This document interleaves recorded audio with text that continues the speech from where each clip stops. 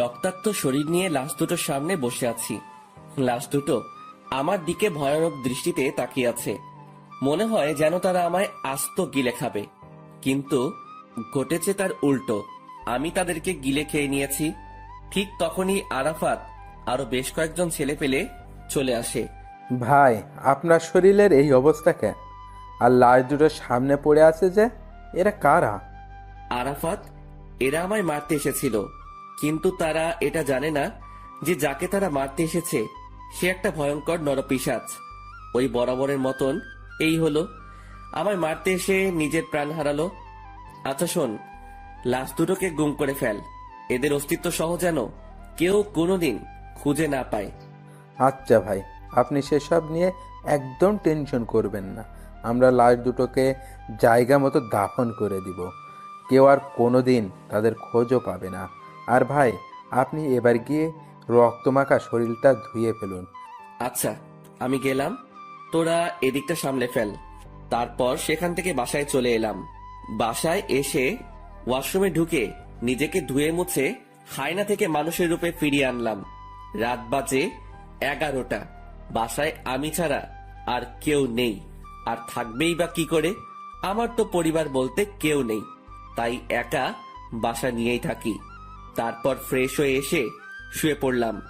খাওয়া দাওয়ার কোনো মুড নেই আজকে, কারণ যেদিনই কাউকে দুনিয়া থেকে বিতাড়িত করি সেদিনই খাওয়ার মুড থাকে না, তাই সেভাবেই ঘুমিয়ে পড়লাম। পরের দিন সকালবেলায় ঘুম থেকে উঠে রেডি হয়ে নিলাম, কারণ কলেজে যেতে হবে। ও হ্যাঁ, আমার পরিচয় তো দেওয়াই হয়নি।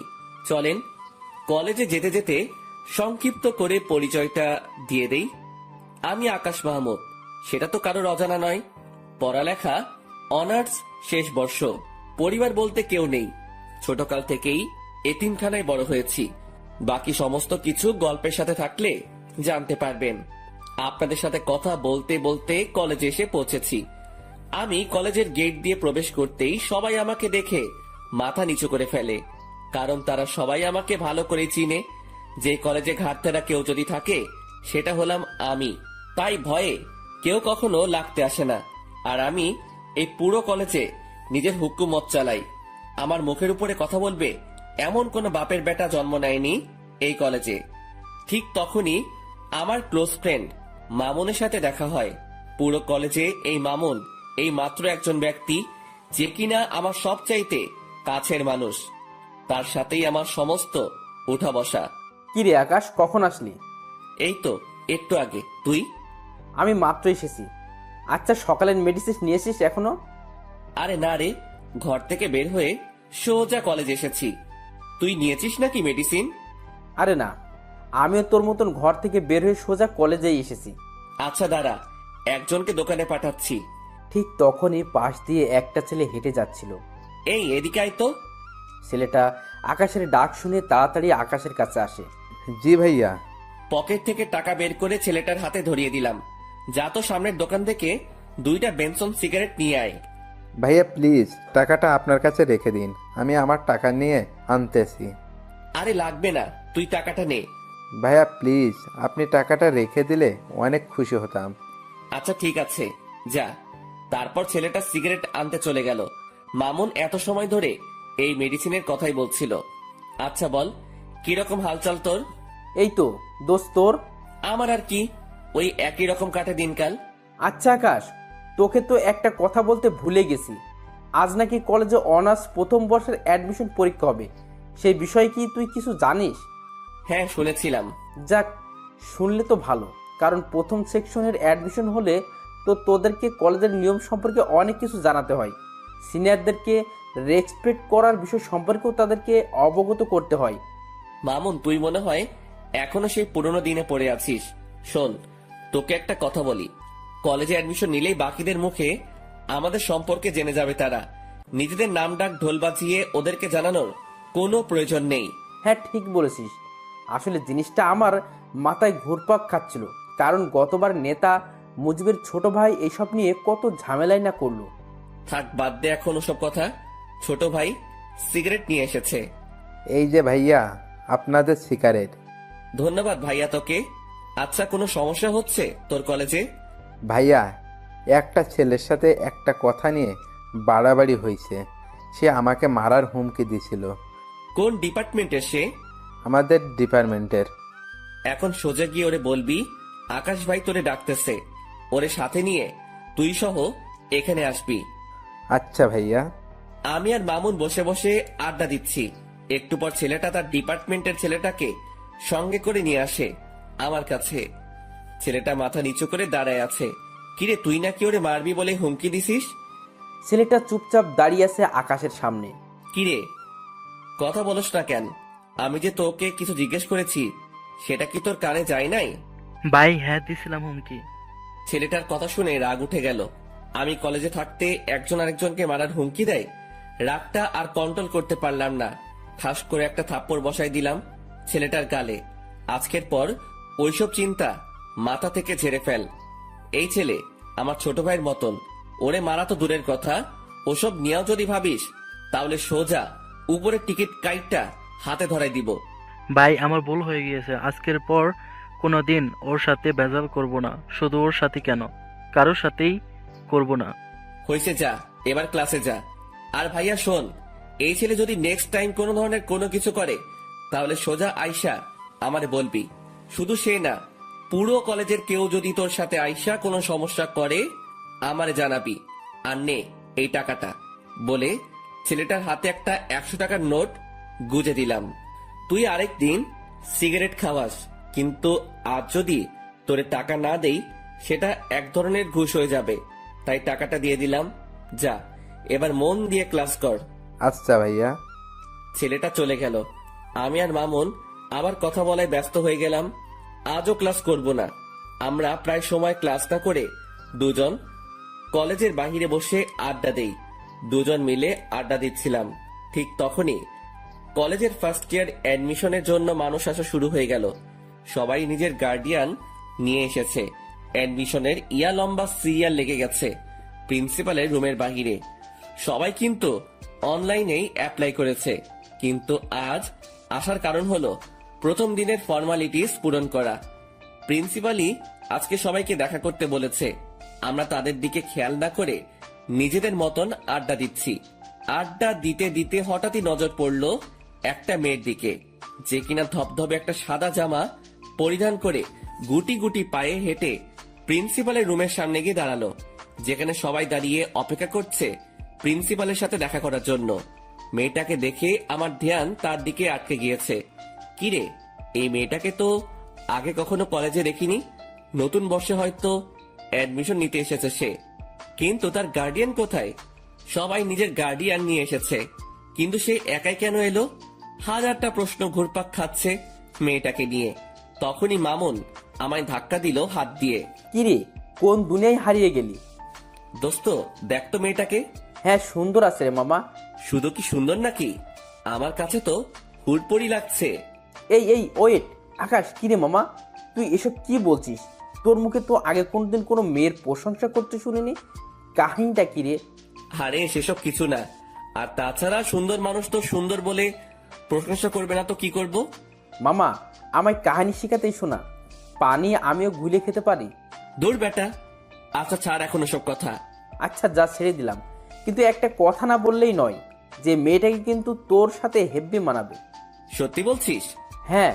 তাহলে ধরে নে এটাই তোর ভাবি। এই তো মামা, এতদিন পর লাইন এসেছিস। চল তো মেয়েটার কাছে। তারপর মামুনকে নিয়ে মেয়েটার কাছে চলে গেলাম। এই যে তুমি একা কেন? আর তোমার মা বাবা কই?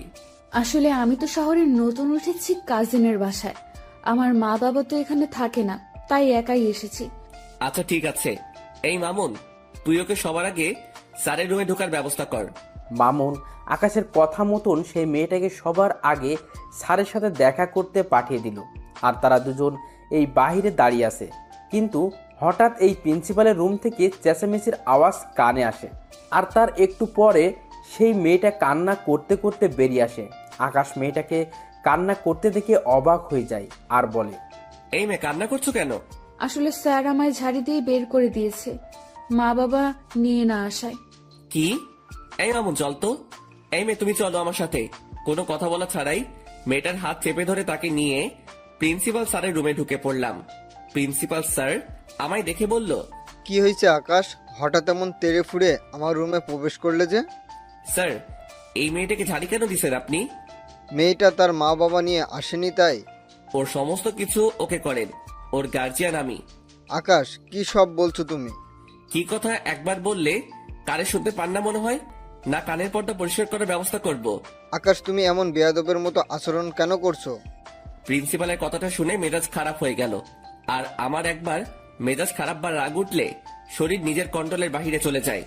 হুট করে গিয়ে প্রিন্সিপালের কলার চেপে ধরলাম। এই বেটা স্যার, এই মেয়ের সমস্ত কিছু ওকে কর, না হয় তোকেই আমি ওকে করে দিব। মনে রাখবি, এই মেয়ে আমার কিছু লাগে। আকাশের কথা শুনে প্রিন্সিপাল স্যার ঘাবড়ে যায়। আর তার থেকে বড় কথা, আকাশের রাগ দেখে মেয়েটা আকাশের হাত ভয়ে পিছন থেকে চেপে ধরে। আচ্ছা আচ্ছা, করছি আমি। প্লিজ তুমি আমার কলারটা ছেড়ে দাও। ঠিক আছে, আজকের মতন বেঁচে গেলি। তবে হ্যাঁ, একটা কথা, মেয়েটার যাতে কোনো রকমের সমস্যা না হয় এই কলেজে, তাহলে কিন্তু বেয়াদবির লিমিট আমি পার করে দিব। না না, মেয়েটার কোনো সমস্যা হবে না কলেজে। মেয়েটাও আকাশকে ছেড়ে দেয়। হ্যাঁ, চললাম আমি। আর এই মেয়ে, তোমার নামটা কি জানো? আমার নাম দিয়া। মাশাআল্লাহ, অনেক সুন্দর নাম। তোমার সমস্ত কিছু স্যার ওকে করে দিবে। তুমি কাজ শেষ করে একটু বাহিরে এসে দেখা করো আমার সাথে। আচ্ছা। আমি আর মামুন বাহিরে চলে আসলাম। তার একটু পরই মেয়েটা কাজ শেষ করে বাহিরে আসলো। তাকে ইশারা করে আমার কাছে আসতে বললাম। সে আমার কাছে আসতেই কেমন যেন একটা পাগল করা স্মেল নাকে ভেসে আসলো। সাথে সাথে মেয়েটাকে টান দিয়ে নিজের কাছে নিয়ে আসলাম আর হুট করে তার কপালে একটা চুমু এঁকে দিলাম। এই দৃশ্য দেখে মেয়েটা আর মামুন দুজনেই হা করে তাকিয়ে আছে আমার দিকে। আমি আর মামুন বাহিরে চলে আসলাম। তার একটু পরই মেয়েটা কাজ শেষ করে বাহিরে আসলো। তাকে ইশারা করে আমার কাছে আসতে বললাম। সে আমার কাছে আসতেই কেমন যেন একটা পাগল করা স্মেল নাকে ভেসে আসলো। সাথে সাথে মেয়েটাকে টান দিয়ে নিজের কাছে নিয়ে আসলাম আর হুট করে তার কপালে একটা চুমু এঁকে দিলাম। এই দৃশ্য দেখে মেয়েটা আর মামুন দুজনেই হা করে তাকিয়ে আছে আমার দিকে। লজ্জায় পড়ে গেলাম দুজনের সামনে। আরে আকাশ, টেনশন নিস না, আমি কিছুই দেখিনি। মামুনের কথা না হয় বাদ দিলাম, কিন্তু মেয়েটাকে কি বলবো এখন আমি? তাও কিছু তো একটা বলতে হবে। আসলে দিয়া সরি, আমি কোনো একটা মোহে পড়ে গিয়েছিলাম। দিয়া আকাশের কথার কোনো উত্তর না দিয়ে চুপচাপ দাঁড়িয়ে আছে। দিয়া, তুমি কি রাগ করলে? না, রাগ করিনি। তাহলে ঠিক আছে, দেখে আমার পাশে বসো। দিয়া আমার কথা মতন আমার পাশে এসে বসলো। আমার ভিতরে কিছু একটা প্রবল গতিতে দৌড়াদৌড়ি করছে, কিন্তু কি সেটা বুঝে উঠতে পারছি না। তবে ভিতরে যত কিছুই হোক না কেন, উপরে আমি পুরোপুরি ফিট। আচ্ছা দিয়া, তোমার বাসা কোথায়? আমার বাসা গ্রামে। আমি পড়াশোনার জন্য আমার এক আত্মীয়ের বাসায় উঠেছি। ও, যাক ভালোই। তবে শোনো, কলেজে কোনো ঝামেলা হলে আমায় জানাবে, না হয় আমার নাম বললেই সব ঝামেলা মিটে যাবে। কিন্তু তুমি আমার নাম জানো তো? জি জানি, আপনার নাম আকাশ। প্রিন্সিপাল স্যার তখন আপনার নাম বলায় জেনেছি। হ্যাঁ, আমার নাম আকাশ। আচ্ছা স্যার কবে থেকে কলেজে আসতে বলেছে? আগামীকাল থেকে। ঠিক আছে, সময় মতো চলে এসো। আর আমার নাম্বারটা দিচ্ছি, কোনো সময় দরকার হলে আমায় ফোন করো। আচ্ছা, এবার কি আমি যাব? হ্যাঁ, যাও। মেয়েটা আমার থেকে নাম্বারটা নিয়ে সোজা চলে গেল। আমি মেয়েটা চলে যাওয়ার দিকে এক নজরে তাকিয়ে আছি, কিন্তু অবাক করা বিষয় ঘটলো যখনই আমি মামুনের দিকে তাকালাম। তখন মামুন আমার দিকে চোখ পাকিয়ে তাকিয়ে আছে। কিরে মামুন, আবার কি হলো? আকাশ, মেয়েটা এই অল্প সময়ের মাঝেই তোর ভিতরে শক্ত করে গেঁথে গিয়েছে মনে হচ্ছে। জানি না রে কিছু আমি। না জানিস বললে তো আর হয় না, কারণ নিজের চোখেই সব দেখলাম। যেই ছেলে কোনোদিন কোনো মেয়েকে পাত্তা দেয় না, সে আজকে একটা মেয়েকে চুমু পর্যন্ত খেয়ে ফেলেছে। শুধু তাই নয়, মেয়েটার ভালো মন্দের খোঁজ নেওয়া হচ্ছে আবার। আরে মামুন, কি শুরু করলি বলতো? হ্যাঁ, সত্যি বললে মানুষ যেতে যায়। থাক, আর কিছু বলবো না। হ্যাঁ, তুই আর কিছু না বলেই ভালো।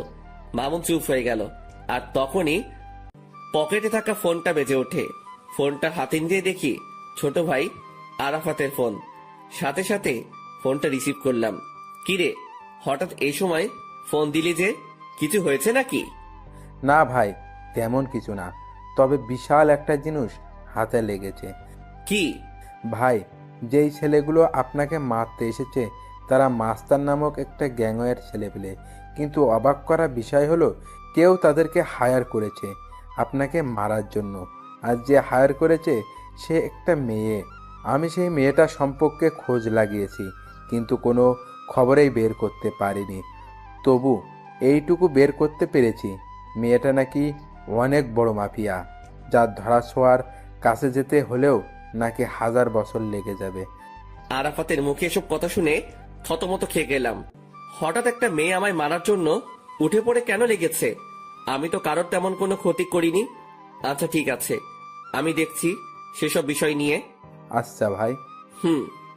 আর ওইদিকে ছেলেপেলের কি খবর? হ্যাঁ ভাই, ভালোই। যাক, ভালো হলেই ভালো। আচ্ছা শোন, এখন ফোনটা রাখলাম, পরে কথা বলবো। নে তোর সাথে আমি। তারপর ফোনটা রেখে দিলাম। ফোন রাখতেই মামুন জিজ্ঞেস করলো, কি রে, কি হয়েছে রে? আরে আরাফাত খবর দিল আমায় যে ছেলেগুলো মারতে এসেছিল তাদেরকে নাকি কে কন্টাক্ট দিয়েছে, আর যে কন্টাক্ট দিয়েছে সে নাকি একটা মেয়ে। কি সাংঘাতিক ব্যাপার বাপরে। আচ্ছা বাদ দে এখন ওসব কথা, আর চল এখান থেকে যাওয়া যাক। হ্যাঁ চল, আমিও বাসায় যাব। তারপর দুজন সেখান থেকে উঠে গেলাম। দুজনেই দুজনের বাসার জন্য রওনা হয়েছি। দেখতে দেখতে বাসায় পৌঁছে গেলাম। বাসায় এসে কিছু কাপড় চোপড় অপরিষ্কার ছিল, সেসব ধুয়ে মুছে শুকাতে দিলাম। তারপর খেয়ে দিয়ে ঘুমিয়ে পড়লাম। বিকেল বেলায় ঘুম থেকে উঠে কাপড়গুলো এনে লন্ড্রিতে পাঠিয়ে দিলাম। এমন টুকিটাকি কাজ করতে করতে দিনটা কেটে গেল। পরের দিন সকালবেলায় ঘুম থেকে উঠে রেডি হয়ে কলেজের উদ্দেশ্যে রওনা হব। তখনই থানার ওসি ফোন দিল আমায়। আকাশ ভাই, আপনি একটু আর্জেন্ট থানায় এসে দেখা করুন, আপনার সাথে জরুরি কিছু কথা ছিল। আচ্ছা স্যার, আজকে কলেজ শেষ, তাই আবার বাসায় ঢুকে ব্যাগটা রেখে ঘরটা তালা দিয়ে বের হয়ে গেলাম। তারপর সোজা থানার পথে রওনা হলাম। হঠাৎই মাথায় এলো দিয়া আজ কলেজে আসবে, আর আজকেই তার প্রথম দিন। তাড়াতাড়ি মামুনকে ফোন দিলাম। হ্যাঁ দোস্ত বল। আজ হয়তো কলেজে আসা হবে না, তুই একটু দিয়াকে দেখে শুনে রাখিস, কারণ আজকে তার প্রথম দিন, তার যাতে কোনো ধরনের কোনো সমস্যা না হয়। আচ্ছা তুই সেসব নিয়ে চিন্তা করিস না, আমি কলেজের সামনেই আছি, আমি সবটা দেখছি। মামুনের সাথে কথা বলে আকাশ ফোন রেখে দেয়। আকাশ থানার উদ্দেশ্যে রওনা হয়, আর এদিকে মামুন দিয়ার জন্য অপেক্ষা করছে। দিয়া আসতেই মামুন তাকে কলেজের ভিতর দিয়ে আসে আর সবাইকে কড়াভাবে বলে দেয় যে দিয়াকে যেন কেউ কোনো ধরনের বিরক্ত না করে, কারণ সে আকাশের কলিজা। মামুনের মুখে এমন কথা শুনে সবাই অবাক হয়ে যায়, কারণ তারা কেউ মামুনকে চিনেই না। তখন মামুন আবার বলে, কথাটা একবার বলেছি, এই একবারেই যেন সবার কানে ঢোকে, না হয় পরের বার শোনার জন্য কেউ আর সেই অবস্থা থাকবে না। মামুনের কথায় সবাই বিষয়টাকে নিজের ভিতরে ফিট করে নেয় যে এই মেয়েকে কোনো রকম প্যারা দিলে জীবন হারাতে হবে, কারণ যেই ছেলে পুরো ক্লাসের সামনে এমন উঁচু গলায় কথা বলতে পারে সে মানুষও খুন করতে পারবে। অন্যদিকে মামুন তাদের বলে ক্লাস থেকে বের হয়ে যায়। দেখতে দেখতে সময় পার হয়ে যায়। আকাশ থানার ওসির সাথে এখনো বসে বসে কি যেন জরুরি কথা বলছে। ঠিক তখনই দিয়ার নাম্বার থেকে আকাশের কাছে ফোন আসে। সে দিয়ার ফোন থেকে চমকে ওঠে। কিরে, হঠাৎ কি কারণে দিয়া ফোন দিল? না, ফোনটা রিসিভ করি। ফোনটা রিসিভ করতে অপর পাশ থেকে দিয়ার কান্নার আওয়াজ ভেসে আসলো। ফোনের অপর পাশ থেকে দিয়ার কান্নার আওয়াজ শুনে কলিজাটা মোচড় দিয়ে ওঠে। এই দিয়া, কি হয়েছে? আপনি কোথায়? তাড়াতাড়ি কলেজে আসেন, আমার আপনাকে প্রয়োজন। আচ্ছা আসছি, কিন্তু কি হয়েছে সেটা তো বলবে। ব্রেকের সময় আমি কলেজ থেকে একটু বের হয়েছিলাম, তখনই হুট করে কোথা থেকে যেন একটা ছেলে আসে আর আমার সাথে অসভ্যতামি শুরু করে। শুধু তাই নয়, সেখানে একটা ছেলে আমার ওড়নায় টান দিয়ে ধরে বলে আমার শরীর নাকি তার চাই। দিয়ার মুখে এই সমস্ত কথা শুনে পায়ের রক্ত মাথায় উঠে যায়। সাথে সাথে ওসির সামনে থেকে উঠে হাঁটা দিলাম। আকাশ ভাই, কোথায় যাচ্ছেন আপনি? স্যার, আমার একটা জরুরি কাজ পড়ে গেছে, আমি আপনার সাথে পরে কথা বলবো এই বিষয়ে। সাথে সাথে ওসি স্যারের সেখান থেকে বের হয়ে জলদি কলেজের উদ্দেশ্যে রওনা হলাম। আর যেতে যেতে মামুনকে ফোন দিলাম। হ্যালো মামুন। আরে আকাশ, আমি এখনই তোকে ফোন দিতাম, দিয়াকে নাকি কিছু ছেলে উত্তপ্ত করছে কলেজের বাইরে। তো তুই কোথায় ছিলি? আরে তুই তো জানিসই, এই যে তুই কলেজে না থাকলে আমার ভালো লাগে না, তাই আমি দিয়াকে তার ক্লাসে ঢুকে দিয়ে সবাইকে তার বিষয়ে বলে দিয়েছি। পরে আমি কলেজ থেকে বের হয়ে যাই, আর কলেজ থেকে বের হওয়ার আগে একটা ছোট ভাইকে বলেও দিয়ে এসেছিলাম যাতে করে দিয়ার কোনো সমস্যা না হয়, আর সেই আমাকে ফোন দিয়ে সেই সব ছেলের কথা বললো। আচ্ছা, তুই যেখানে আছিস না কেন তাড়াতাড়ি কলেজে আয়, আমিও আসছি। তারপর ফোনটা রেখে দিয়ে সোজা কলেজে। কলেজে পৌঁছাতে দেখি মামুনও গাড়ি থেকে নামছে মাত্র। তাড়াতাড়ি গাড়ি থেকে নেমে মামুনকে নিয়ে কলেজের ভিতরে চলে গেলাম। ঠিক তখনই মামুনের ঠিক করা সেই ছোট্ট ভাইটা এসে বলল, ভাইয়া, ছেলেগুলো নাকি আপুর সাথে অনেক অসভ্যতম করেছে। তুই চিনিস সেই ছেলেগুলোকে? আসলে ভাইয়া, আমি তখন সেখানে ছিলাম না, তাই তাদেরকে দেখিনি। আচ্ছা, দিয়া কোথায়? ওই যে ভাইয়া, দিয়া আপু প্রিন্সিপালের রুমে বসে কান্না করছে।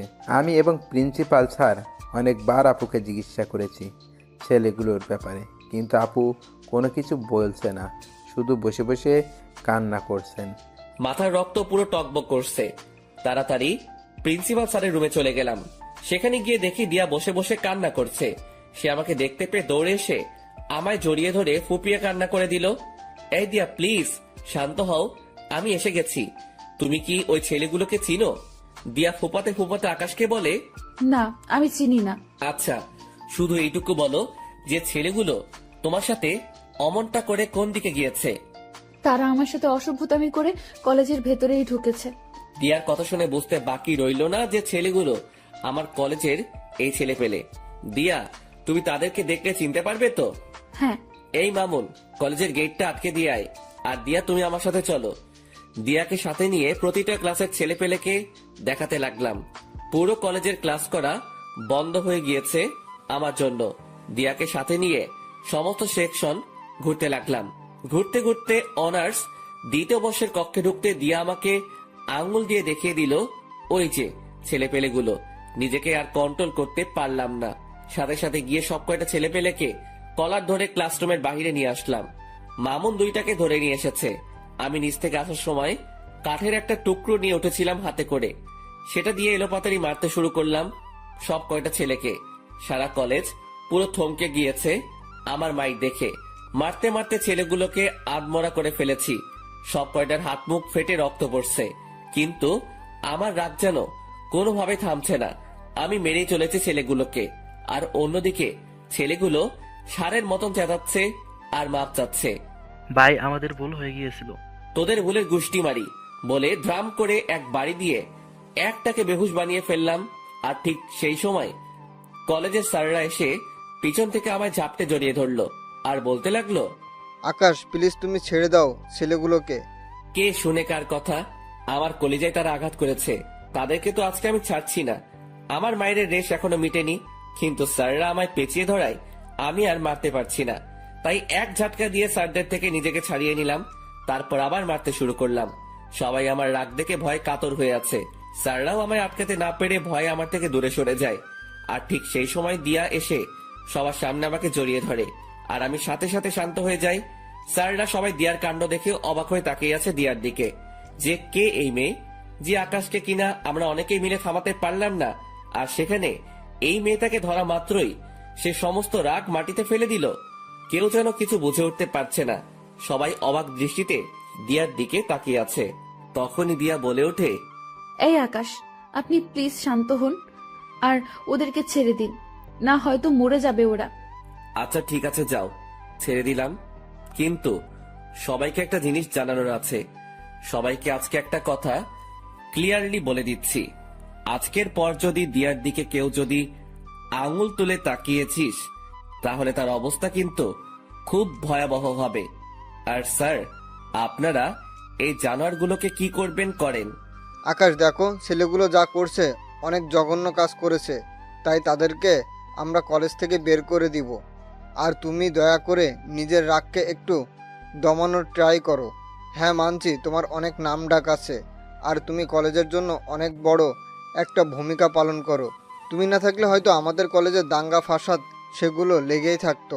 শুধু তাই নয়, অন্যান্য কলেজের ছেলেপেলেরাও আগে এসে এই কলেজের ছেলেদের সাথে ঝামেলা করতো, কিন্তু তুমি আসার পর তা আর হয় না। তবে একটা জিনিস তোমার মাথায় রাখতে হবে যে এই কলেজের শিক্ষক যারা আছেন তারা তোমার গুরুজন, তাই সেই বিষয়টা একটু খেয়াল রাখিও। জি স্যার, সেটা খেয়াল রাখবো। তবে একটা জিনিসই আমার মাথায় কাজ করে না, যে এই ছেলেগুলো আমাদের কলেজের ছেলে হয়েও তারা এই কলেজের স্টুডেন্টের সাথে অসভ্যতামো করে। শুধু অসভ্যতা বললে ভুল হবে, তারা নোংরামি করে।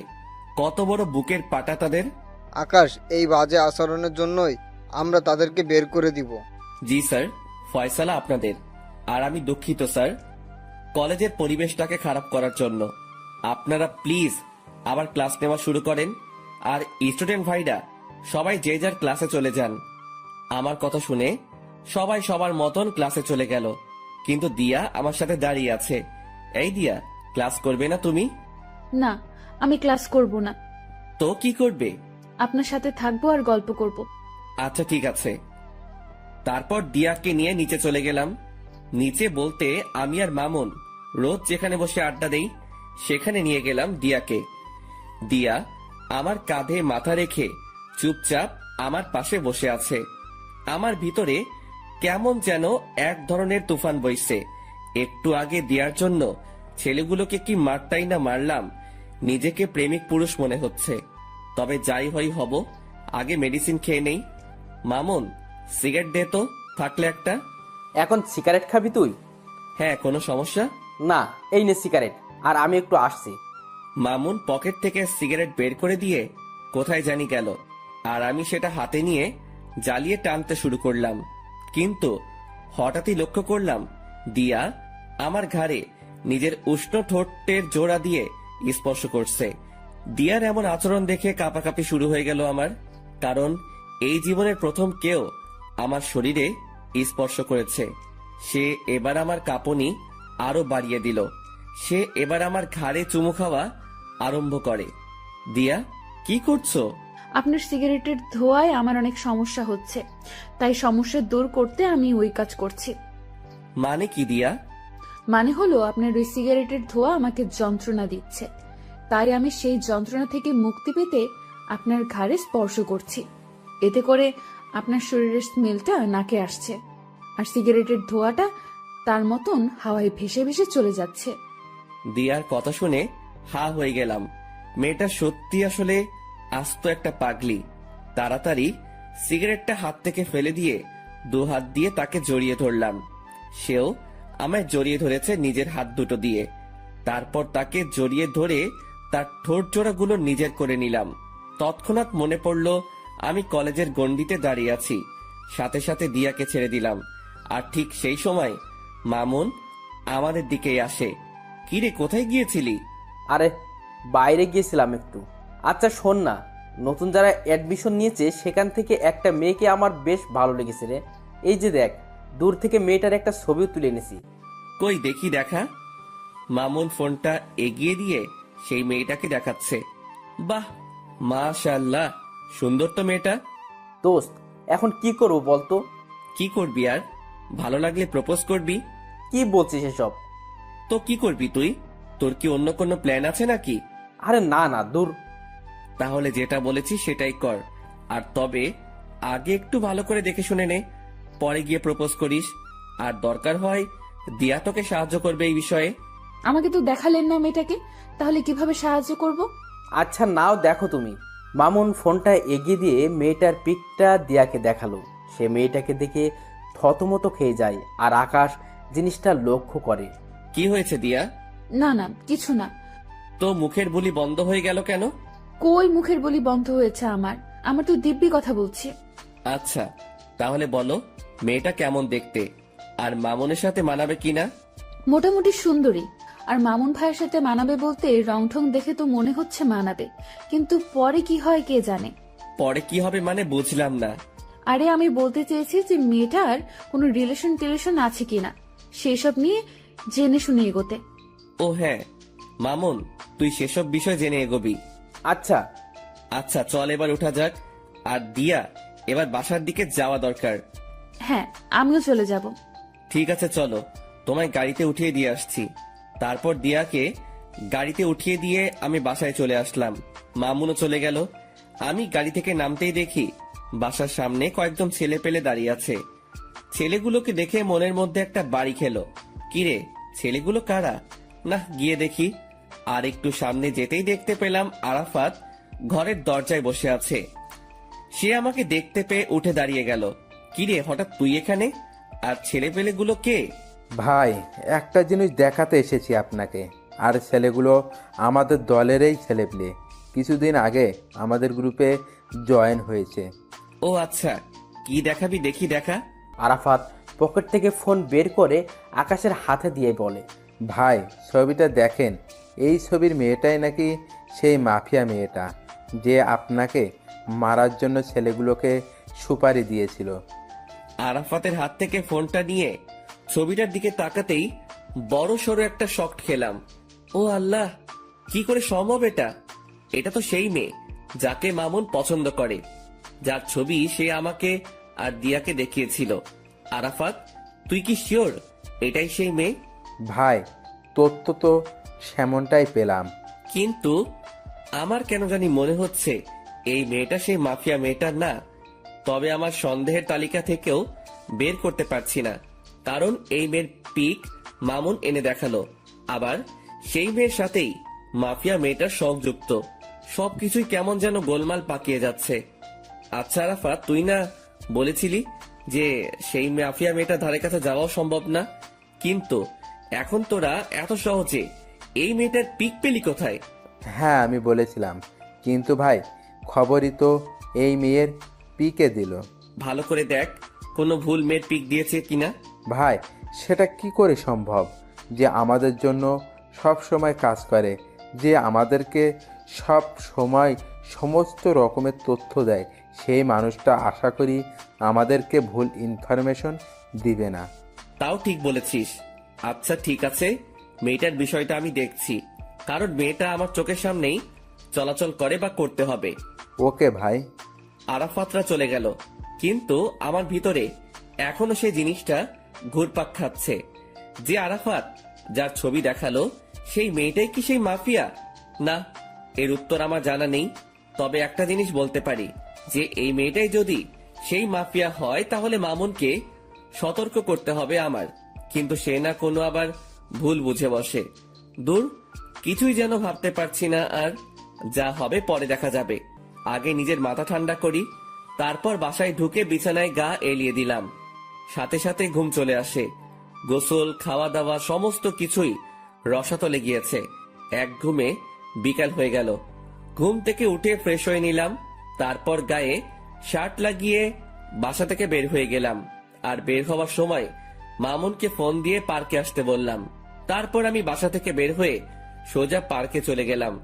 সেখানে গিয়ে দেখি মামুন আগে থেকেই হাজির। কি রে, তুই কখন এলি? আরে একটু আগেই আসলাম। আচ্ছা মামুন, তোর যে মেয়েটাকে ভালো লেগেছে তার সম্পর্কে কিছু জানিস কি? আরে না, তেমন কিছু জানি না, তবে তার নাম আর তার বিষয়ে টুকটাক কিছু জানতে পেরেছি। মেয়েটার নাম হলো ফাহা, আর সে নাকি অনেক চুপচাপ স্বভাবের একটা মানুষ। কোনো ছেলের সাথে নাকি সে মিশে না, আর তার এই জিনিসটাই আমার সবচাইতে বেশি ভালো লেগেছে। তার নামটা যেমন সুন্দর, তার চাল চলনও তেমন সুন্দর। আমার যে করেই হোক ফাহাকে চাই, ওকেই আমি নিজের বউ বানাবো। মামুনের কথা শুনে কিছু বলার মতন ভাষা খুঁজে পাচ্ছি না, কারণ ওর বিষয়ে যা জানি তা মামুনকে বললে তার মন খারাপ হয়ে যাবে। আর তাছাড়া সে আমায় ভুলও বুঝতে পারে যে তার ভালো আমার সহ্য হয় না।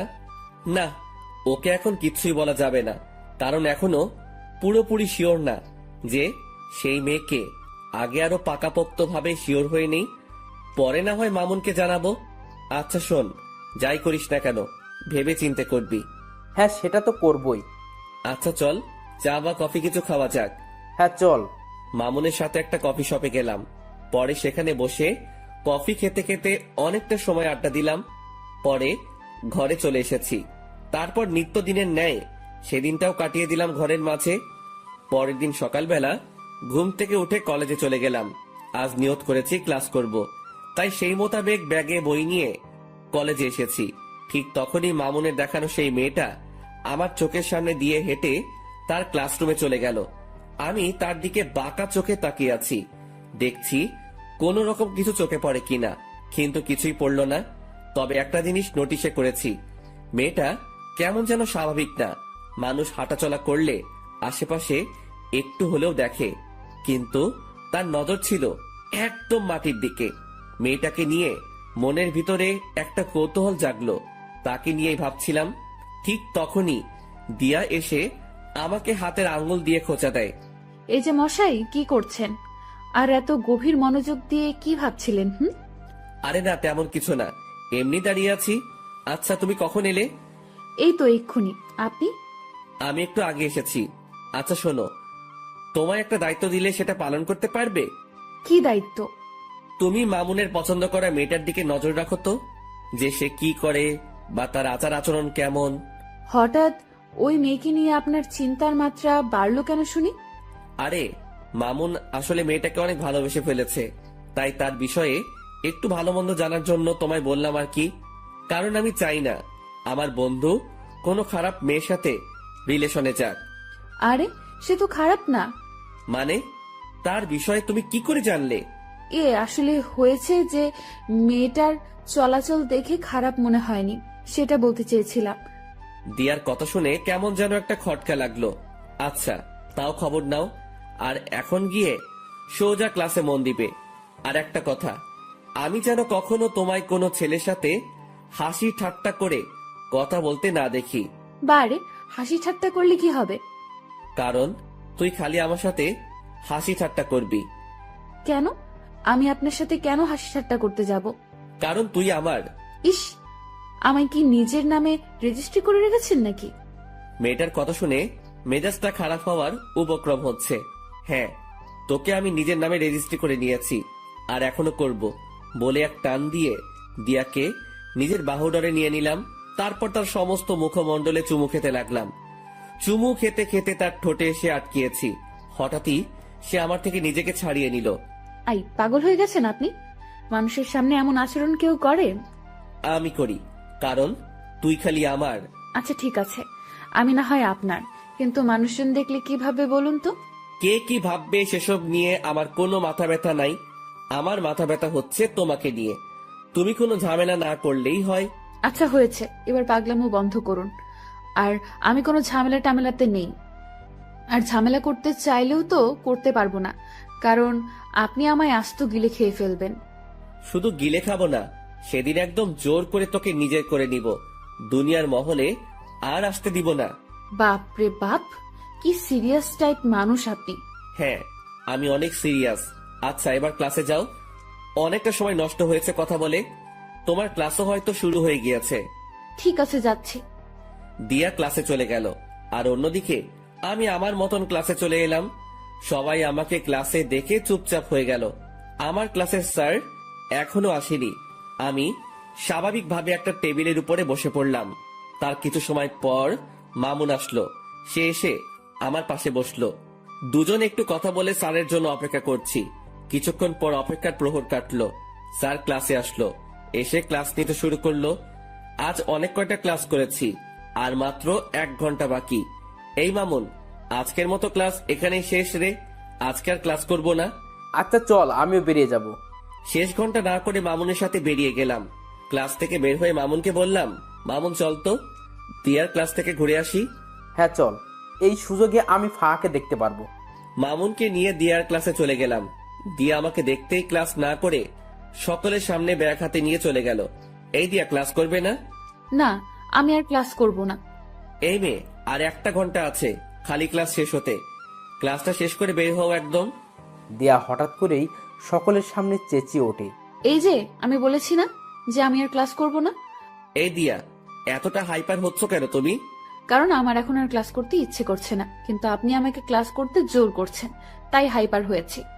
তো কি করবে এখন? কি করব আর, আপনার সাথে বসে বসে ভালো কিছু মুহূর্ত কাটাবো। দিয়ার কথা শুনে ভিতরে লাড্ডু ফুটেছে মতন অবস্থা। আচ্ছা ঠিক আছে, দিয়াকে নিয়ে আমাদের বসার অবস্থানে চলে এলাম। মামুনও আমাদের সাথে এসেছে।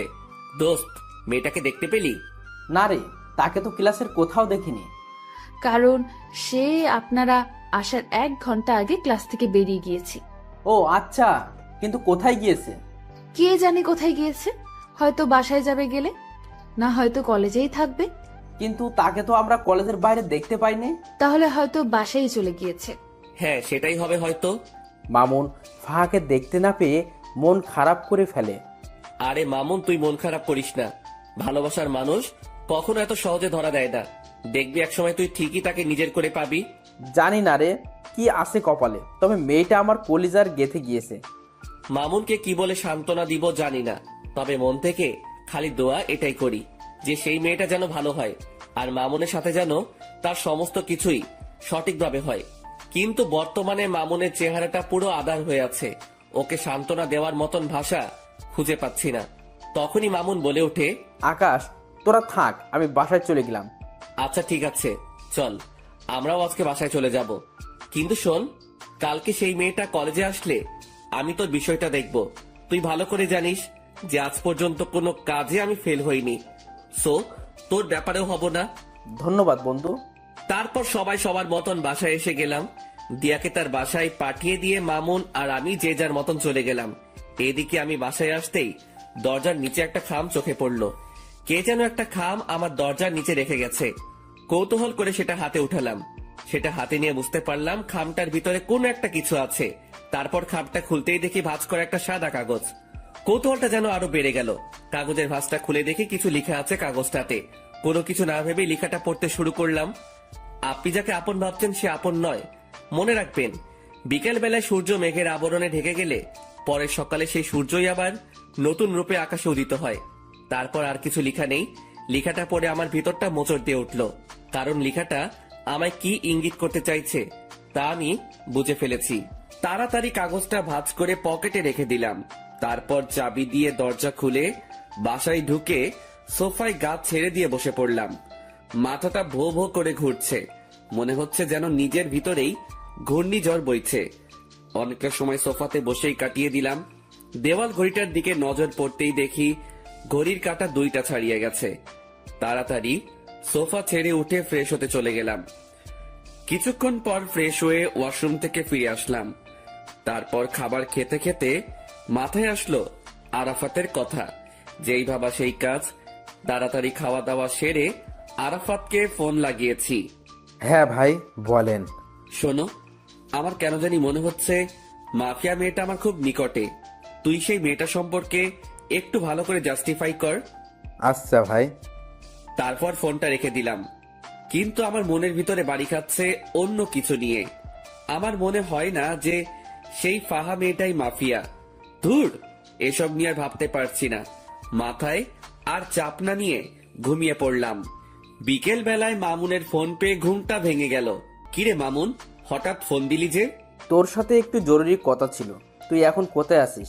কোথায় থাকবো আবার, বাসায় আছি। আচ্ছা, রেডি হয়ে শপিং মলে চলে আয়। ওকে। তারপর ফোনটা রেখে দিয়ে রেডি হয়ে শপিং মলে চলে গেলাম। সেখানে গিয়ে দেখি মামুন চোখ মুখ কালো করে বসে আছে। কিরে, কি হয়েছে রে? আকাশ, আসলে আমার কাছে একটা মেইল এসেছে। সেখানে কে যেন 2 বাক্যের কিছু একটা লিখে পাঠিয়েছে। কি সেটা? সেখানে লেখা আছে, ভাবিয়া করিবেন কাজ, না হয় হয়ে যাবে দের। আপনি যা হোক সাধারণ ভাবিতেছেন, সে আসলে ভয়ঙ্কর এক রক্তচোষা। এই লেখাটা কে যেন মেইল করেছে। এটার মানে কি আকাশ? মামুনের মেইলের 2 শব্দের বাক্য শুনে ভিতরটা পুরো শুকিয়ে গেছে। কারণ এই 2 শব্দের বাক্যটার অর্থ আমার জানা। মামুন আসলে কেউ একজন আমাদেরকে অনেক সতর্ক করতে চাইছে যে আমরা হয়তো কোনো বড়সড় বিপদে ফাঁসতে চলেছি। তাই কেউ একজন আমাদেরকে আড়াল থেকে বাঁচাতে চাইছে। কি সব বলছিস আকাশ? আমি সত্যিই বলছি, কারণ তোকে মেইল করেছে আর আমাকে দিয়েছে চিঠি। এই সমস্ত কিছুর পিছনে একজন আছে, সে হচ্ছে মাফিয়া মেয়েটা। আর সেই মাফিয়া মেয়েটাই হয়তো আমাদের আশেপাশে ঘুরঘুর করছে আমাদেরকে মারার জন্য। আর আমরা তাকে ভালো মনে করে তার সাথে চলাফেরা করছি। তাই কেউ একজন আমাদেরকে সতর্ক করতে চাইছে। আকাশ, সব কিছুই যেন আমার মাথার উপর দিয়ে যাচ্ছে। আচ্ছা, তুই এসব নিয়ে টেনশন করিস না। তুই শুধু ফাহার বিষয়টা নিয়ে ভাব, বাকি সমস্ত কিছু আমি সামলে নিব। আরে, ওই মাফিয়া মেয়ের মতন কত শত মেয়ে আসছে আর গেছে, কোনো দিন কেউ কোনো ক্ষতি করতে পারেনি, আর পারবেও না। সো খামোখা টেনশন না করাই ভালো। আর যদি কিছু হয় সেটা সময় দেখা যাবে। আকাশ, তাও টেনশন হচ্ছে রে। একদিকে ফাঁকে নিয়ে টেনশন, অন্যদিকে সেই মাফিয়া মেয়েটা। আরে বেটা, কিসের এত টেনশন তোর? হ্যাঁ, আচ্ছা, যা বাদ দিলাম সমস্ত কিছু। এবার কি অর্ডার করব বল? যা খুশি কর। আচ্ছা। মামুন তার নিজের মতন খাবার অর্ডার করলো। তারপর দুজন মিলে খেয়ে দিয়ে অনেকটা সময় আড্ডা দিলাম। রাত বাজে 8টা। তারপর সেখান থেকে দুজনের মতন চলে এলাম। আমি বাসায় পৌঁছাতেই আরাফাত ফোন দিল। ভাই, অনেক বড় একটা জিনিস বের করেছি। কি? ভাই, যার ছবি দেখিয়েছি সে মাফিয়া মেয়েটা না। কেউ যেন বুঝে আমাদেরকে গোমরা করার জন্য সেই মেয়ের পিক দিয়েছে। এখানে মাফিয়া মেয়েটা অন্য কেউ। ইন্নালিল্লাহ, যেটা ভেবেছিলাম সেটাই হয়েছে। আচ্ছা ঠিক আছে, তোরা মাফিয়া মেয়েটার খোঁজ লাগানো চালু রাখ, আর আমি আমার মতন কাজ চালিয়ে যাচ্ছি। আচ্ছা ভাই। তারপর ফোনটা রেখে দিলাম। পরের দিন সকালবেলায় ঘুম থেকে উঠে কলেজে চলে গেলাম। কলেজে গিয়ে দেখি দিয়া কলেজের বাহিরে দাঁড়িয়ে আছে। দিয়া, বাহিরে দাঁড়িয়ে আছো কেন? আপনার জন্যই অপেক্ষা করছিলাম। ও তাই? হুম। আচ্ছা চলো ভিতরে চলো। দিয়াকে নিয়ে কলেজের ভিতরে ঢুকে আমাদের সেই বসার প্লেসটাতে বসে পড়লাম। দিয়াকে আজ কেন জানি খুশি খুশি লাগছে, কিন্তু আমার ভিতরে সেই মেয়েটাকে নিয়ে জটলা পেকে আছে। এই যে আপনার চোখ মুখ কালো কেন? আরে না, এমনিতেই।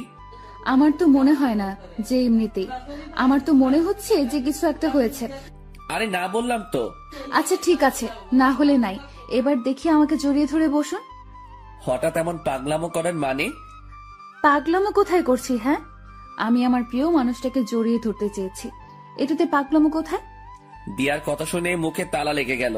মেয়েটার মনেও হয়তো আমার জন্য জায়গা হয়ে গিয়েছে, কিন্তু সে স্থির নেই।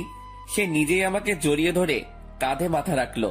ঠিক তখনই দেখি ফাহা নামক মেয়েটা আসছে, আর তার পিছনে পিছনে মামুন।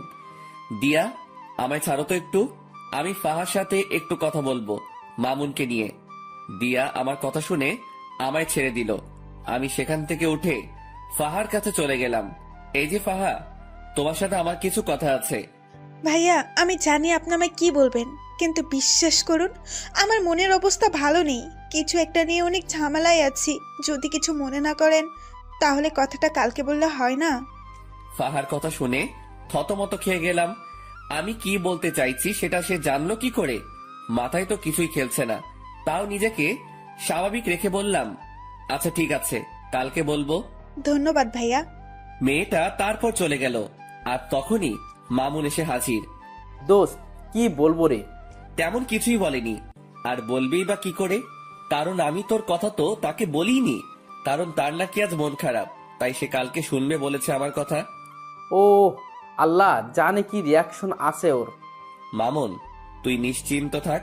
আর একটা জিনিস আমি লক্ষ্য করেছি, সে কিন্তু তোর বিষয়ে অলরেডি খবর পেয়ে গিয়েছে, কারণ তার হাবভাব দেখে সেটা আমি বুঝে নিয়েছি। সেটা কি করে জানলো? কি করে জেনেছে সেটা আমি জানি না, তবে সে যে জেনেছে সেটা আমি শিওর। আকাশ, এখন কি হবে আল্লাহ জানে। কি হবে আর? সে তোর বউ হবে। আকাশ, তুই ঠাট্টা করিস এখনো?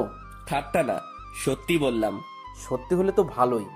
আচ্ছা চল এবার ক্লাসে যাওয়া যাক। তারপর সবাই সেখান থেকে উঠে যে যার মতন ক্লাসে চলে গেলাম। আজও প্রায় অনেক কয়টা ক্লাস করেছি, তবে শেষের ঘন্টাটা করিনি। শেষের ঘন্টা না করে আমি আর মামুন কলেজের বাহিরে একটা খালি জায়গা আছে, সেখানে দাঁড়িয়ে দাঁড়িয়ে সিগারেট খাচ্ছি। হঠাৎই দেখি সেদিন কলেজের যে ছেলেগুলোকে আমি মেরেছিলাম দেওয়ার জন্য, সেই ছেলেগুলো আরো সাথে অনেক ছেলে পেলে মিলে আমার দিকেই এগিয়ে আসছে, সবার হাতেই লাঠি ছোটা। ছেলেগুলোকে দেখে আমি মামুনকে বললাম, মামুন তাড়াতাড়ি জায়গা ত্যাগ কর এখান থেকে। কিন্তু কেন? কারণ এখানে একটা বড়সড় ঝামেলা হবে, তুই তাড়াতাড়ি জায়গা ত্যাগ কর, আমি এদিকটা দেখছি। না, আমি তোরে ছেড়ে কোথাও যাচ্ছি না, যা হবে দেখা যাবে। তুই আসলে একটা ঘাওড়া মামুন। হ্যাঁ, যা বলার বলতে পারিস। আমি মামুনকে আর কিছু না বলে তাড়াতাড়ি আরাফাতকে মেসেজ করে বলে দিলাম। অন্যদিকে ছেলেপেলে গুলো আস্তে আস্তে আমার কাছে চলে আসলো। তারা এসেই আমার আর মামুনের উপরে প্রহার করতে শুরু করে। অনেক কয়জন ছেলে পেলে তাদের, আর এদিকে আমি আর মাত্র মামুন। কিন্তু আমরাও কম না, আমরাও প্রতিহার করতে শুরু করলাম। ঠিক সেই সময় হঠাৎ করেই ফায়ারিং এর আওয়াজ কানে আসলো। সাথে সাথে সবাই স্টপ হয়ে গেলাম। চোখ পাকিয়ে চারপাশটা দেখতে লাগলাম। চোখের সামনে কিছুই দেখতে পেলাম না, কিন্তু যেই না পিছনে ফিরেছি তখনই দেখি প্রায় শতাধিক ছেলে পেলে আমার পিছনে দাঁড়িয়ে আছে, সবার হাতে ভয়ঙ্কর ভয়ঙ্কর অস্ত্র। আমি তাদেরকে দেখে থতমত খেয়ে গেলাম, কারণ এত ছেলে পেলে তো আমার না, আর আমার হলেও আরাফাতকে তো দেখতে পাচ্ছি না। ঠিক সেই সময় তাদের ভিতর থেকে দিয়া আর ফাহা নামক মেয়েটা সামনে বেরিয়ে আসে। এই দৃশ্য দেখে পায়ের নিচ থেকে যেন মাটি সরে গিয়েছে আমার। কে এই দিয়া আর ফাহা? থ হয়ে সেই জায়গাটাতেই দাঁড়িয়ে আছি। অন্যদিকে দিয়া হাতে হকি স্টিক নিয়ে আমার দিকে এগিয়ে আসছে। দিয়ার কর্মকাণ্ড দেখে ভিতরটা যেন মরুভূমির মতন শুকিয়ে গেছে। দিয়া আকাশের দিকে এগিয়ে যাচ্ছে হাতে হকি স্টিক নিয়ে। দিয়ার কাণ্ড দেখে আকাশের 12টা অলরেডি বেজে গিয়েছে, কিন্তু তবুও সে নিজেকে স্ট্রং রাখার ট্রাই করেছে। দিয়া হকি স্টিক হাতে নিয়ে আকাশের শরীরে দ্রাম করে এক বাড়ি বসিয়ে দেয়, আর আকাশ সাথে সাথে চোখ অফ করে ফেলে। কিন্তু দিয়া বাড়িটা আকাশকে না মেরে মাটিতে মারে।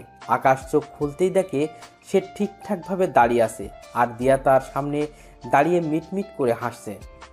কিরে পাগল, ভয় পেয়েছো বুঝি? আকাশের মুখ দিয়ে কোনো কথাই বের হচ্ছে না, সে রোবটের মতন দাঁড়িয়ে আছে। আই পাগল, ভয় পাওয়ার কিছুই নেই। আমি তোমায় মারবো না, আমি মারবো তাদেরকে যারা তোমায় মারতে এসেছে। তারপর দিয়া সেই লাঠিটা নিয়ে সেই ছেলেগুলোকে উড়োধুড়ো মারতে শুরু করে। ছেলেপিলেগুলোকে দিয়ার এত বিশাল দলবল দেখে প্রতিঘাত করার মতন দুঃসাহসও করতে পারছে না।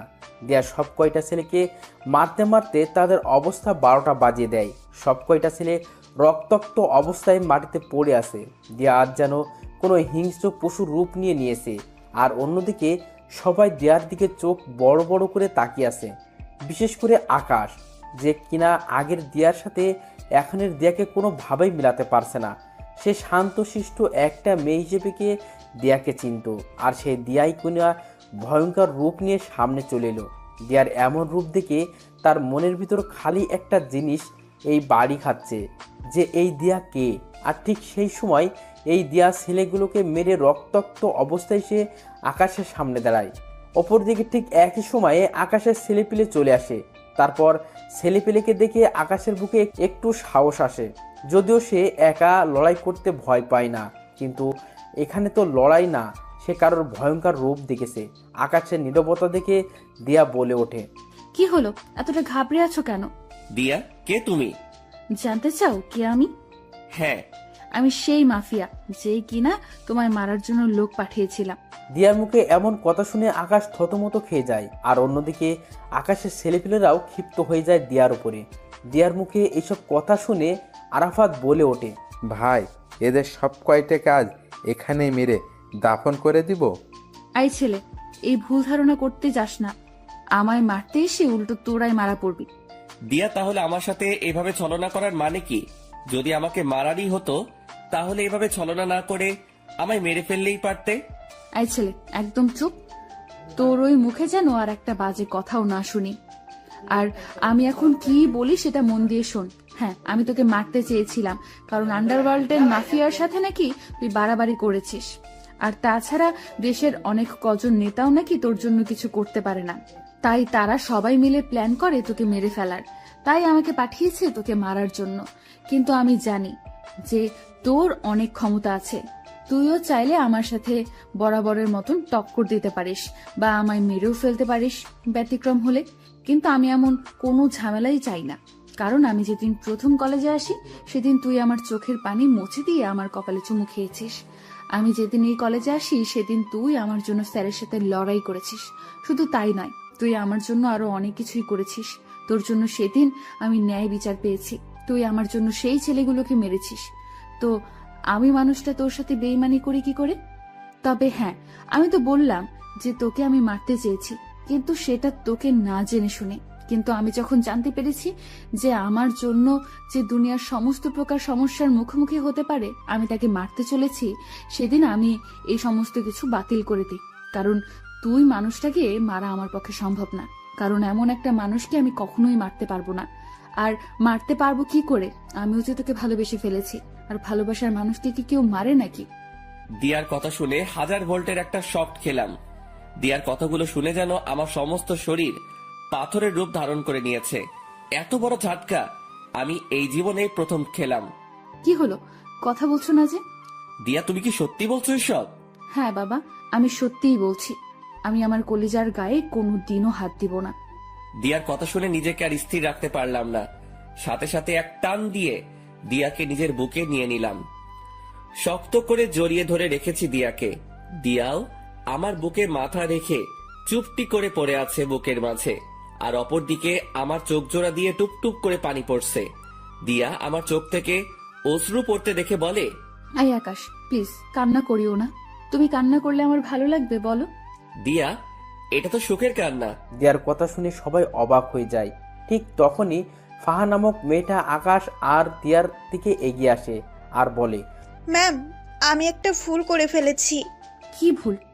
ম্যাম, আমি আপনার অগোচরে একটা কাজ করেছি, যেটা হলো আমি যখন জানতে পারি আপনি যাকে মারতে এসেছেন সে এই লক্ষ্মী ভাইয়াটা, তখন আমি ওনাকে সতর্ক করার জন্য ওনার বাসায় কয়েকটা চিঠি দেই, যাতে করে তিনি সতর্ক হয়ে যায় আর আপনার হাত থেকে বেঁচে যায়। কিন্তু আমি জানতাম না যে আপনি ওনাকে ভালোবাসেন আর মারার প্ল্যান বাতিল করেছেন।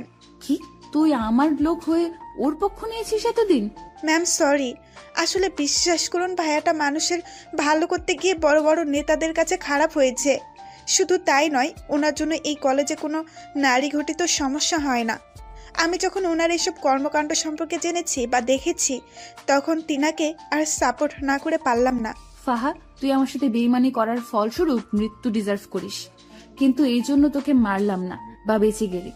যে তুই যাই করিস না কেন, সবটাই আমার প্রিয় মানুষের জন্য করেছিস। ম্যাম প্লিজ, আপনি আমার উপরে রাগ করে থাকবেন না। না, তোর উপরে আমার কোনো রাগ নেই, কিন্তু একটা অর্ডার পালন করতে হবে আমার। কি সেটা ম্যাম? আমার কলিজার একজন বন্ধু আছে যার নাম মামুন। ওই যে ভাইটা দাঁড়িয়ে আছে, উনি তোকে ভালোবাসে। ম্যাম সেটা আমি আগেই জেনেছি। তাহলে আর দেরি কিসের? যা গিয়ে সবকিছু ঠিকঠাক করে নে। দিয়ার কথা শুনে ফাহা লজ্জায় লাল হয়ে আছে। এই যে লজ্জা পাওয়ার কিছুই নেই, যা বলেছি গিয়ে সেটা কর। আর আপনারা সবাই যে যার মতন চলে যান। যাদেরকে মেরেছি তারা এইভাবে পচে মরুক। আকাশ, তুমিও তোমার ছেলে পেলেকে চলে যেতে বলো। আচ্ছা, এই আরাফাত, তোরা সবাই চলে যা, তোদের সাথে আমার পরে কথা হবে। আচ্ছা ভাই। তারপর সবাই সবার মতন চলে যায়। আকাশের ছেলেপেলেরাও চলে যায়, আর অন্যদিকে দিয়ার কথা মতন তার লোকেরাও চলে যায়। আর এদিকে আকাশ দিয়াকে নিয়ে কলেজের ভিতরে প্রবেশ করে। তারপর তাদের বসার স্থানে গিয়ে দুজন মিলে বসে বসে গল্প করতে শুরু করে। এই যে আকাশ সাহেব, আমি না সরি, আপনাকে আমার সমস্ত সত্যি আগেই বলা উচিত ছিল। দিয়ার কথা শুনে আবারও থতমত খেয়ে গেলাম, কারণ মেয়েটা মিনিটে মিনিটে তার রূপ পরিবর্তন করছে। এই দিয়া, তুমি না একটু আগে আমায় তুই আর তুমি বলে ডাকছিলে, কিন্তু হঠাৎ করে আপনিতে চলে আসলে কেন? আরে বলেছি না যে আমি আপনার আগে সেই দিয়া হয়ে যাব, তাই আপনি করে বলছি। এই পাগলি মেয়ে, তার একদম কোনো দরকার নেই। হ্যাঁ, তুমি আগের মতন হয়ে যাও, কিন্তু তুমি বলেই ডাকো, কারণ তোমার মুখে আপনি থেকে তুমি শুনতেই বেশি ভালো লাগে। তাই বুঝি? তাই। আচ্ছা দিয়া, তোমায় একটা কথা বলি। হ্যাঁ বলো। তুমি যে আমায় মারতে এসে মারলে না, এতে কি তোমার ক্ষতি করবে না ওরা, যারা তোমায় আমাকে মারার জন্য ঠিক করেছে? ইস, বললেই হলো নাকি? ওরা কি জানে যে আমার কলিজার কত পাওয়ার? ওরা কি জানে যে আমায় মারতে হলে তাদেরকে বিশাল একটা শক্তিশালী বটগাছ কাটতে হবে, যে বটগাছটা আমাকে ভালোবাসা দিয়ে বেষ্টন করে রেখেছে? দিয়ার কথা শুনে শরীরটা নাড়া দিয়ে উঠলো খুশিতে। দিয়া, সত্যি তোমাকে পেয়ে আমি অনেক খুশি। আমিও তোমাকে পেয়ে অনেক খুশি। দিয়া আর আকাশ কথা বলছে নিজেদের মতন। ঠিক সেই সময় মামুন আর ফাহা মিটমিট করে হাসতে হাসতে তাদের দিকে এগিয়ে আসে। কি রে বেটা মামুন, ফাহাকে পেয়ে আজ অনেক খুশি মনে হচ্ছে? হ্যাঁ রে দোস্ত, আজকে আমি অনেক খুশি। যাক, তোর খুশিতেই আমরা খুশি। আচ্ছা আয়, সবাই মিলে একসাথে বসে আড্ডা দেই। তারপর সবাই মিলে আড্ডা দিতে থাকে। এই আড্ডার মাঝেই কেটে গেল একটা বছর। আজ আকাশ আর মামুনের গ্রাজুয়েশন কমপ্লিট হয়েছে। দিয়া আর ফাহা খুশিতে আত্মহারা যে তাদের প্রিয় মানুষগুলো গ্রাজুয়েশন কমপ্লিট করছে। ঠিক সেই জায়গাটাতেই বসেই আর সবাই মিলে আড্ডা দিচ্ছে। এই বসাতেই আকাশ আর মামুন তাদের প্রিয় মানুষকে বিয়ে করে নেওয়ার প্ল্যান সাজিয়ে ফেলে। আগামী সপ্তাহে তাদের বিয়ে। দুই বন্ধুই একই দিনে বিয়ে করবে। দেখতে দেখতে বিয়ের দিন চলে আসে। দিয়ার পরিবার থেকে তার মা আসে, যিনি কিনা দিয়ার পরিবার, তার পরিবার আর কেউ নেই। অপরদিকে ফাহার পরিবার থেকে তার মা আর মামা আসে বিয়েতে। তার পরিবারও অনেক ছোট। মামার বিয়ে হয়ে গেছে, তিনি বউ নিয়ে আলাদা থাকেন। আর ফাহার আম্মু একাই থাকেন। আগে ফাহাও একসাথে থাকতো, কিন্তু তাদের পরিবারের অবস্থা খারাপ হওয়ায় ফাহা দিয়ার সাথে যোগ দেয়, আর দিয়াও পরিবারের চালাতে এই পন্থা অবলম্বন করে। দেখতে দেখতে দুই বন্ধুর বিয়ে হয়ে যায়। এদিকে বিয়ের সমস্ত কাজ সম্পন্ন হওয়ার পর আকাশ বাসর ঘরের সামনে দাঁড়িয়ে আছে। তারপর দরজা খুলে ভিতরে ঢুকে সে ভিতরে ঢুকে দেখতে পায় সারা বাড়ি অন্ধকার। সে দিয়াকে ডাক দেয়, কিন্তু দিয়া কোনো সারা শব্দ করে না। দিয়ার সারা শব্দ না পেয়ে হাতিয়ে সামনের দিকে এগিয়ে যায়। আর ঠিক তখনই কেউ একজন চাকু নিয়ে আকাশের পেটে ঢুকিয়ে দেয়। আকাশ সাথে সাথে চেঁচিয়ে ওঠে, আর সাথে সাথেই রুমের বাতি জ্বলে ওঠে। Happy birthday to you my dear কলিজা। অবাক হয়ে গেলাম রুমের অবস্থা দেখে, কারণ রুমটা পরিপূর্ণভাবে সাজানো, আর সামনে দিয়া, ফাহা, মামুন সবাই কেক নিয়ে দাঁড়িয়ে আছে। এই পাগল, ভয় পেয়েছো বুঝি? আমার পেটে কে যেন ছুরি ঢুকিয়ে দিয়েছে। আরে পাগল, ওটা খেলনা ছুরি ছিল। কি? বলে দিয়া, আর বাকি সবাই হেসে দেয়। দিয়া, তুমি আমার বার্থডে সম্পর্কে জানো কি করে? ও মা, এটা কি কথা? যাকে ভালোবাসি তার জন্মদিন সম্পর্কে জানবো না, এটা কি করে হয়? দিয়ার কথা শুনে খুশিতে আত্মহারা হয়ে গেলাম। এতটাই আত্মহারা হয়েছি যে দিয়াকে সবার সামনে জড়িয়ে ধরে কিস করে শুরু করলাম। আর তখনই মামুন বলে ওঠে, ভাই তুই থাম, আগে আমরা বের হয়ে যাই, কারণ আমাদেরও তো আজকে বাসর ঘর। পরে তুই যা করার করিস। যা ভাগ ফাহাকে নিয়ে। মামুন আর ফাহা তাড়াতাড়ি রুম থেকে বের হয়ে চলে যায়, আর আমি দিয়াকে আদর করতে শুরু করি। দিয়া আমার স্পর্শে কেঁপে কেঁপে উঠছে। শুধু তাই নয়, আমার পাঞ্জাবি খামচে ধরে রেখেছে সে। কিন্তু আমি দিয়াকে আদর করা বাদ দিয়ে কোলে উঠিয়ে নিলাম। তারপর তাকে নিয়ে গিয়ে বিছানায় শুইয়ে দিলাম। দিয়া তো লজ্জায় শেষ। সে ভালো করে বুঝতে পেরেছে যে এখন কি ঘটবে তার সাথে, তাই সে লজ্জায় মুখ বালিশে লুকিয়ে রেখেছে। কিন্তু আমার রোমান্টিক পাঠকগুলোর লজ্জা শরম নাই দেখে এখনো হ্যাঁ করে তাকিয়ে আছে সমস্ত কিছু দেখার জন্য। ভাই, এরপর আর কিছুই বলা যাবে না। ভাগেন সবাই। বউ আমার, ইতিহাসও আমি রচনা করব, কিন্তু মাঝে আপনারা এভাবে বাধা দিলে তো ইতিহাস রচনা করতে সমস্যা হবে। তাই বলি কি, এবার সবাই উল্টো রাস্তা ধরে কেটে পড়ুন।